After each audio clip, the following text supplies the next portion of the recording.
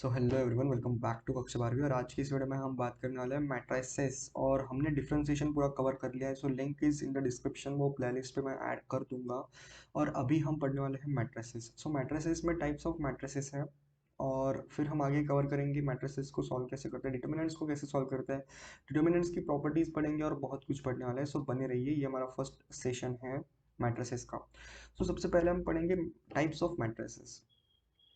Okay, types of matrices पढ़ेंगे। और अगर आपको एमएसटीसीटी के लिए hand written notes, mock test, short notes अगर आपको एक्सेस करना है तो वो हमारे टेलीग्राम ग्रुप पर अवेलेबल है। So link is in the description below, आप एक्सेस कर सकते हैं। सो मैट्रिसेस की शुरुआत कैसे हुई? ओके, सो मैट्रिसेस में एक फॉर्मेट बना देता हूँ, जैसे A11, A12, A23, A21, A22, A23, A31, A22, A33। Okay, तो ये इसका फॉर्मेट है। तो मैट्रिसेस का फॉर्मेट कैसे आया? तो फॉर्मेट कैसे आया? आप यार, आप स्कूल तो गए होंगे।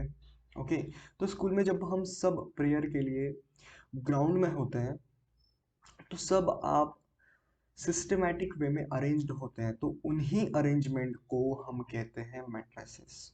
ओके, आप सिस्टमैटिक वे में अरेंज्ड होते हैं।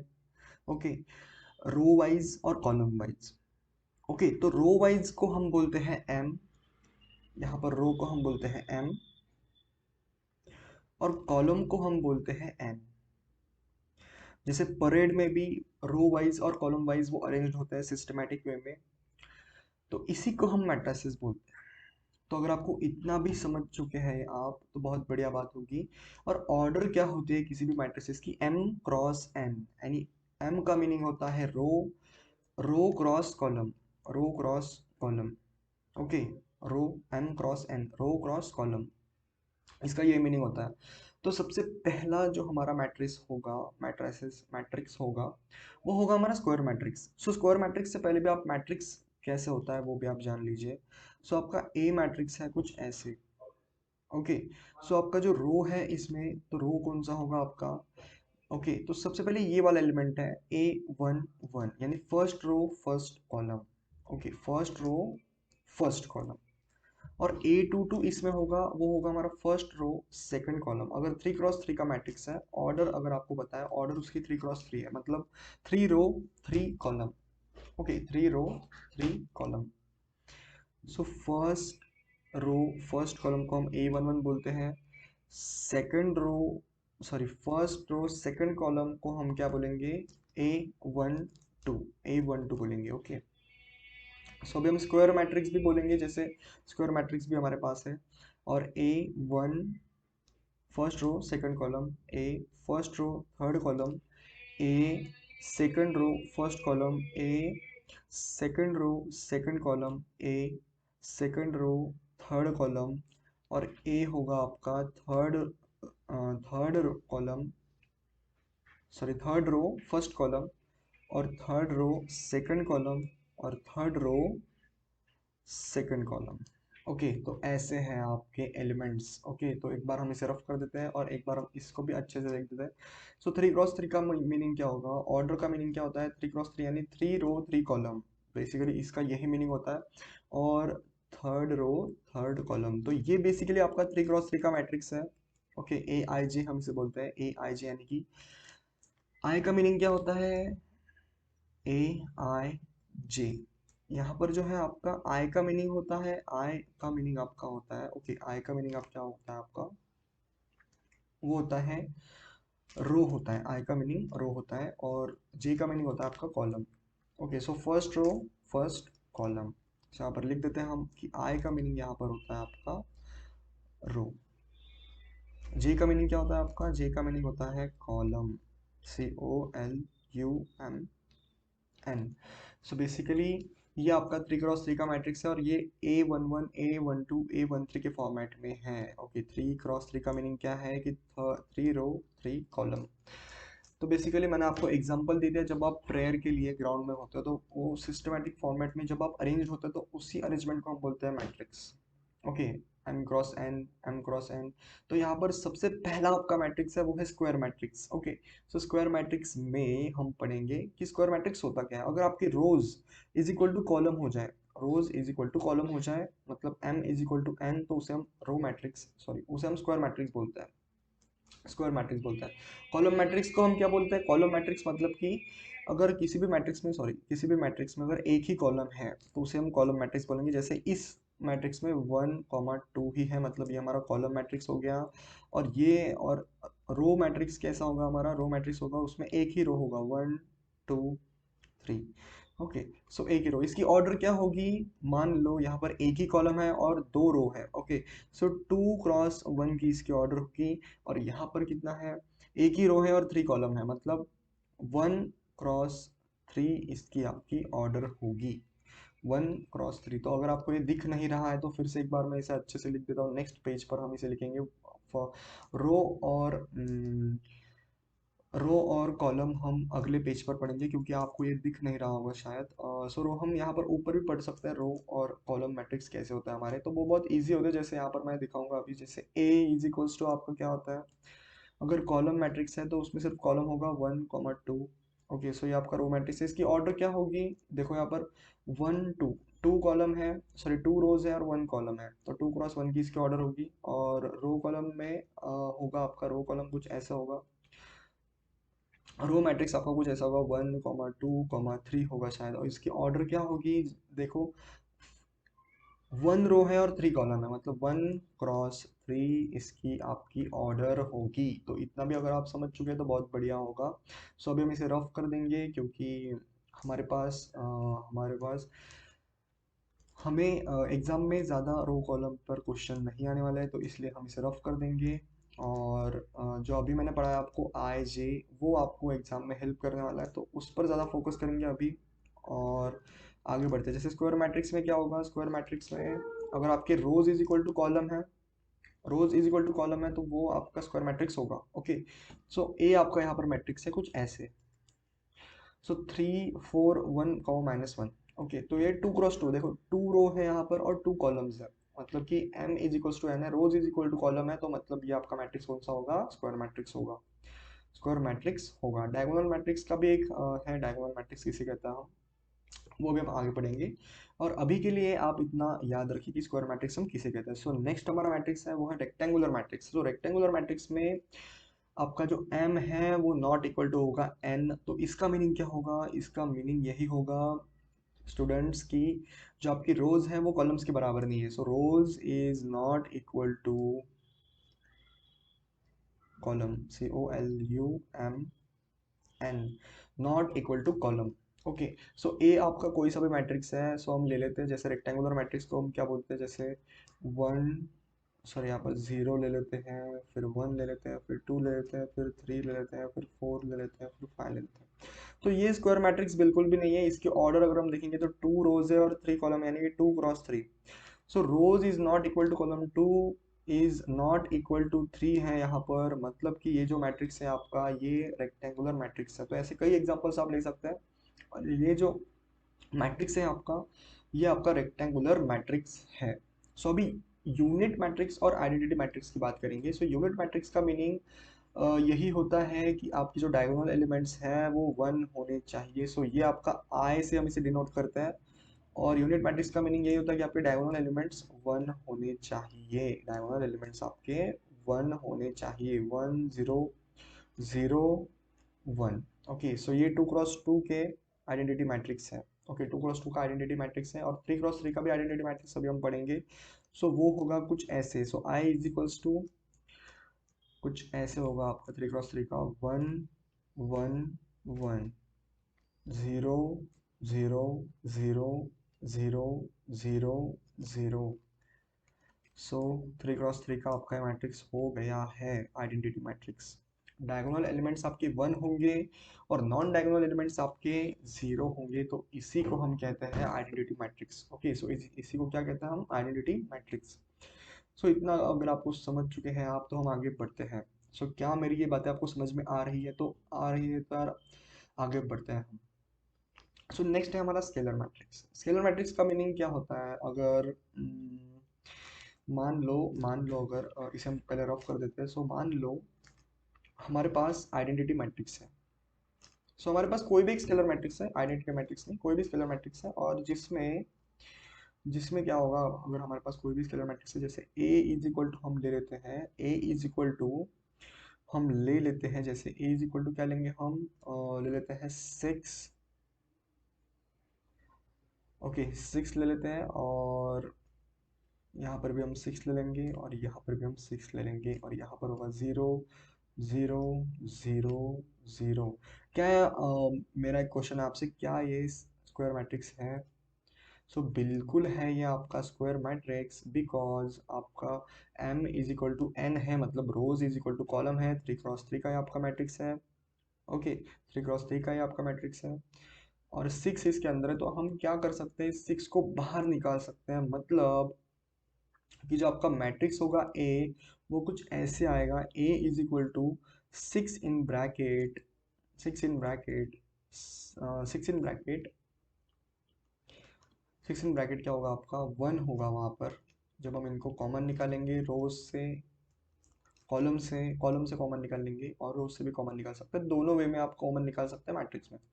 ओके तो यहाँ पर होगा 1 1 1 रहने वाला है, 1 0 0 0 0।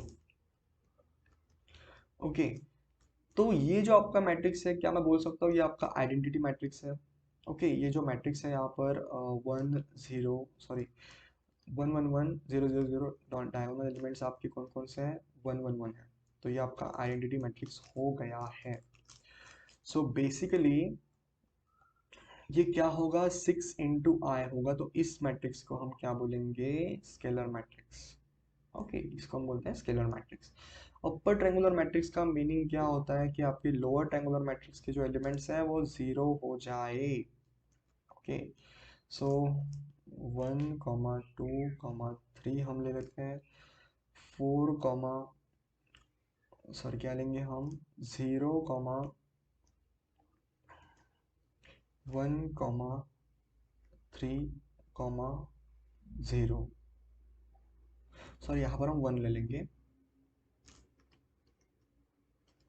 1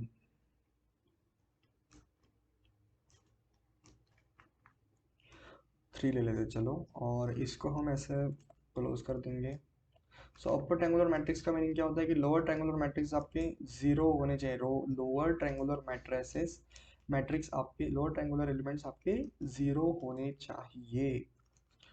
बेसिकली यहाँ पर भी 0 होगा, यहाँ पर भी 0 होगा, और यहाँ पर भी 0 होगा।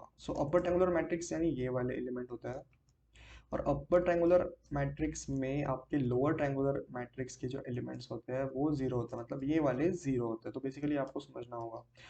और एक एग्जांपल हम लेते हैं कि और एक एग्जांपल और एक बात मैं आपसे पूछना चाहूँगा, क्या यहाँ पर क्या ये मैट्रिक्स हमारा स्केलर मैट्रिक्स है, सॉरी स्क्वायर मैट्रिक्स है? तो yes, because row is equal to column है, m is equal to n है यहाँ पर। Okay m is equal to n है, तो बेसिकली ये कौन सा मैट्रिक्स है, अपर ट्रायंगुलर मैट्रिक्स है, और स्क्वायर मैट्रिक्स भी है। अपर ट्रायंगुलर मैट्रिक्स हमने पढ़ लिया, तो हमारा कौन सा मैट्रिक्स अभी बाकी है, तो लोअर तो पढ़ लिया अभी हमने, सॉरी अपर तो अभी हमने पढ़ लिया। Lower matrix, lower triangular matrix अभी हम पढ़ेंगे, जो कि आपका होता है। लोअर ट्रायंगुलर मैट्रिक्स में अपर ट्रायंगुलर मैट्रिक्स एलिमेंट 0 होते हैं, अपर एलिमेंट 0 होते हैं, लोअर में अपर, अपर में लोअर, ऐसे याद रखना है, लोअर में अपर, अपर में lower. A is equal to example हम लेते हैं, जैसे 3 × 3 का ही लेंगे, 1 2 3 4 5 6, और यहाँ पर जो अपर एलिमेंट्स होंगे वो 0 होंगे, 0 0 0। बेसिकली ये आपके अपर एलिमेंट्स है, लोअर में अपर 0 होता है और अपर में लोअर 0 होता है, तो बेसिकली ये आपका upper triangular lower triangular matrix है। ओके ये आपका लोअर ट्रायंगुलर मैट्रिक्स है। अभी हम ट्रांसपोज लेना सीखेंगे, और अभी हमने लोअर ट्रायंगुलर मैट्रिक्स पढ़ा, अपर ट्रायंगुलर मैट्रिक्स पढ़ा, हमने स्क्वायर स्केलर मैट्रिक्स पढ़ा, यूनिट मैट्रिक्स पढ़ा, रेक्टेंगुलर मैट्रिक्स पढ़ा। ओके अभी हम ट्रांसपोज भी सीखेंगे। ट्रांसपोज का मीनिंग क्या होता है, ट्रांसपोज को हम डिनोट करते हैं a raise to the power t, और a का कॉम्प्लीमेंट, a कॉम्प्लीमेंट हम इसे बोलते हैं, तो इसको हम दोनों तरीके से डिनोट कर सकते हैं। a इज इक्वल टू आपका होगा, a इज इक्वल टू होगा आपका, बेसिकली अगर ट्रांसपोज हमें लेना है तो सबसे पहले हम 2 × 2 का लेंगे, सबसे पहले हम 3 × 3 का लेंगे ट्रांसपोज, और फिर हम 2 × 2 का ट्रांसपोज लेने की कोशिश करेंगे, और वो आसान है। 1 2 3 4 5 6 6,7,8। सो ये आपका कोई भी मैट्रिक्स ए है। ओके, ये स्क्वायर मैट्रिक्स है और इसका हमें ट्रांसपोज लेना है। तो ट्रांसपोज में हम क्या करेंगे, row is equal to column, column is equal to row. मतलब बेसिकली करना क्या है आपको कि रोज को हमें कॉलम को कॉलम लिखना है और कॉलम को हमें रोज लिखना है। मतलब कि जो आपके जो रोज है वो कॉलम बन जाएंगे। मतलब 1,4,6 है, मतलब यहाँ पर क्या होगा 1,4,6। ओके, 1,4,6, 1,4,6 है। और यहाँ पर जो नेक्स्ट रो है हमारी वो है, सो नेक्स्ट रो है हमारी 2,5,7 है, 2,5,7 है। तो यहाँ पर ये रो में कन्वर्ट हो जाएंगी, सॉरी कॉलम में कन्वर्ट हो जाएंगी। ये रो में है, ये कॉलम में कन्वर्ट हो जाएगी। सो नेक्स्ट रो है हमारी 3,6,8। सो वो भी हमारी कॉलम में कन्वर्ट हो जाएंगी, जैसे ऐसे 3,6,8। सो ऐसे आपको क्या करना है, कॉलम में कन्वर्ट करना है। तो बेसिकली ये जो है आपका हो चुका है कन्वर्ट, और इसे हम थोड़ा रफ कर देंगे। ओके, सो ट्रांसपोज हमने निकाल लिया है और ऐसे आपको ट्रांसपोज निकालना है। और बेसिकली जब हम 2x2 का ट्रांसपोज निकालेंगे, जैसे यहाँ पर लिखते हैं हम, जैसे 2x2 मैट्रिक्स का हम ट्रांसपोज निकालेंगे, तो वो आपको क्या करना है, 1 2 3 4। सो इसका ट्रांसपोज कैसे निकलने वाला है, सो इसका ट्रांसपोज ऐसे निकलने वाला है कि ये जो रो है वो कॉलम बन जाएंगी, जैसे 1,2। और ये जो रो है वो भी कॉलम बन जाएंगी, जैसे 3,3,5। ओके, सो ऐसे आप ट्रांसपोज निकाल सकते हैं। बेसिकली हम ये रफ कर देंगे जो हमसे गलतियाँ यहाँ पर हुई है, जैसे एन एन। ओके, सो ऐसे आपको ट्रांसपोज निकालना है और ट्रांसपोज आपको हेल्प करने वाला है। सभी क्वेश्चन में आपका ट्रांसपोज हेल्प करने वाला है। कभी कभी ट्रांसपोज निकाल के हम बहुत आगे उस क्वेश्चन को सॉल्व कर सकते हैं, इजी वे में सॉल्व कर सकते हैं। सो बेसिकली सिमेट्रिक और स्क्यू सिमेट्रिक की बात करेंगे अभी। सो सिमेट्रिक और स्क्यू सिमेट्रिक की बात करेंगे अभी, कि हमारा स्क्यू सिमेट्रिक मैट्रिक्स कौन सा होता है और सिमेट्रिक मैट्रिक्स हमारा कौन सा होता है। बेसिकली क्या करेंगे हम, सो स्क्यू सिमेट्रिक मैट्रिक्स का मीनिंग क्या होता है। बेसिकली एक बार मैं मैट्रिक्स लिख दूंगा, जैसे A is equal to 1,2,3,4, 2,3,4, 0 1। Okay, 0 और 1 हमने लिख दिया यहाँ पर। और फिर से हम एक बार इसे अच्छे से लिखेंगे, क्योंकि यहाँ पर माइनस साइन नहीं थी। और हम ओके, तो यहाँ पर 0, तो ए आई जे इज इक्वल टू ए आई जे होता है, ए जे आई होता है। ओके, तो इस केस में जो हमारा इसका मीनिंग क्या होगा, ए आई जे इज इक्वल टू ए जे आई का मीनिंग क्या होगा। बेसिकली जो आपका एलिमेंट है A12 वो इज इक्वल टू होगा A21 के बराबर। जो आपका एलिमेंट है A21 वो बराबर होगा, सॉरी A21 वो बराबर होगा A12 से। और जो आपका एलिमेंट है A31 वो बराबर होगा A13 से। तो यहाँ पर है यस A12, देखो यहाँ पर फर्स्ट रो फर्स्ट कॉलम वो बराबर है A21 से, यानी कि second row first column. Okay, so यहाँ पर भी देखो फर्स्ट रो थर्ड कॉलम है यहाँ पर, और ये इक्वल होगा थर्ड रो फर्स्ट कॉलम के साथ। ओके, और ये आपका एलिमेंट है 4, तो ये भी आपका इक्वल है इस एलिमेंट से। तो बेसिकली ये आपका स्क्यू स्क्यू सिमेट्रिक मैट्रिक्स है कि ये जो एलिमेंट्स हैं 2,2 2 2 कॉमन है। ओके, 4 4 इक्वल है, 3 3 इक्वल है। तो ये आपका स्क्यू सिमेट्रिक मैट्रिक्स हो गया। स्क्यू सिमेट्रिक मैट्रिक्स का मीनिंग क्या है, स्क्यू सिमेट्रिक मैट्रिक्स मतलब कि आपका जैसे हम यहाँ पर लिख देंगे, जैसे A12 आ चुका है, तो इसका A21 आपका क्या होगा, माइनस होगा। ओके, ये पॉजिटिव है तो ये माइनस होगा। और अगर आपका A21 A21 इज निगेटिव है, तो ये आपका प्लस हो जाएगा A12। मतलब बेसिकली स्क्यू सिमेट्रिक में क्या करना है, आपको सिर्फ रिवर्स कर देना है इनकी साइंस। पॉजिटिव है तो माइनस होगा, नीचे नीचे है तो प्लस माइनस होगा। सो A इज इक्वल टू, कोई सा भी मैट्रिक्स ले लेते हैं हम, जैसे 0 लेंगे, 1 लेंगे, 2 लेंगे, 3 लेंगे।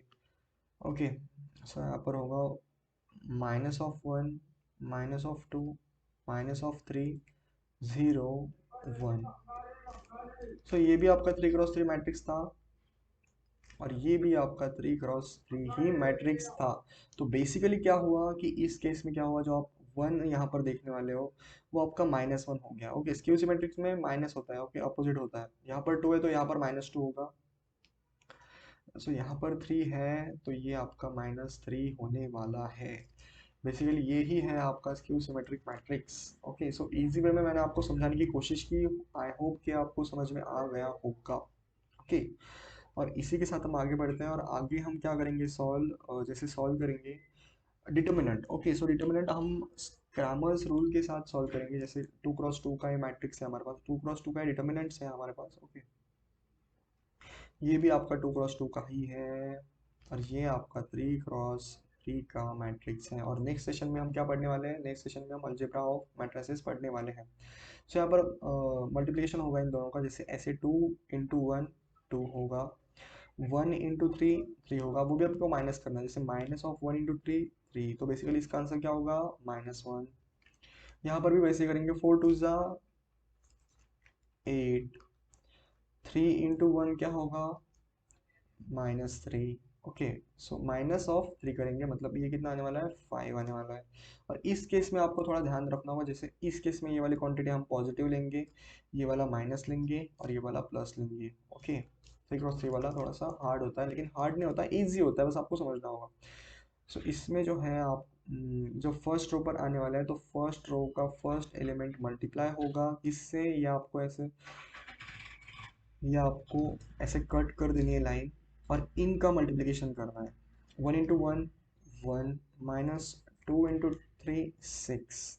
और फिर जब आप यहाँ पर आने वाले हैं 0 पर, ओके,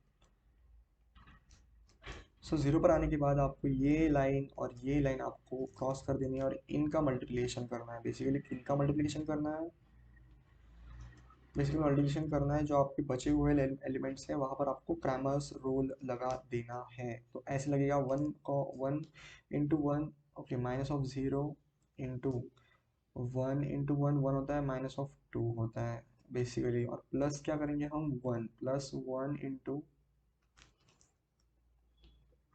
सो एक बार हम इसे रफ कर देंगे। इतना तो आपको समझ में आ चुका होगा। ओके, सो अभी हम इसे रफ करेंगे और आगे बढ़ेंगे।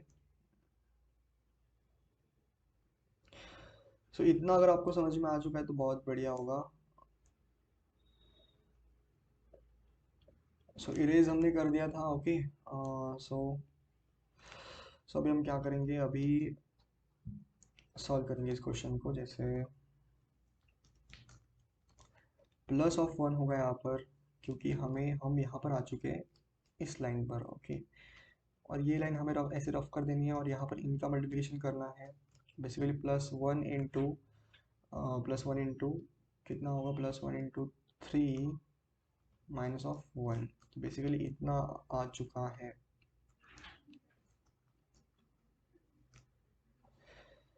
ओके,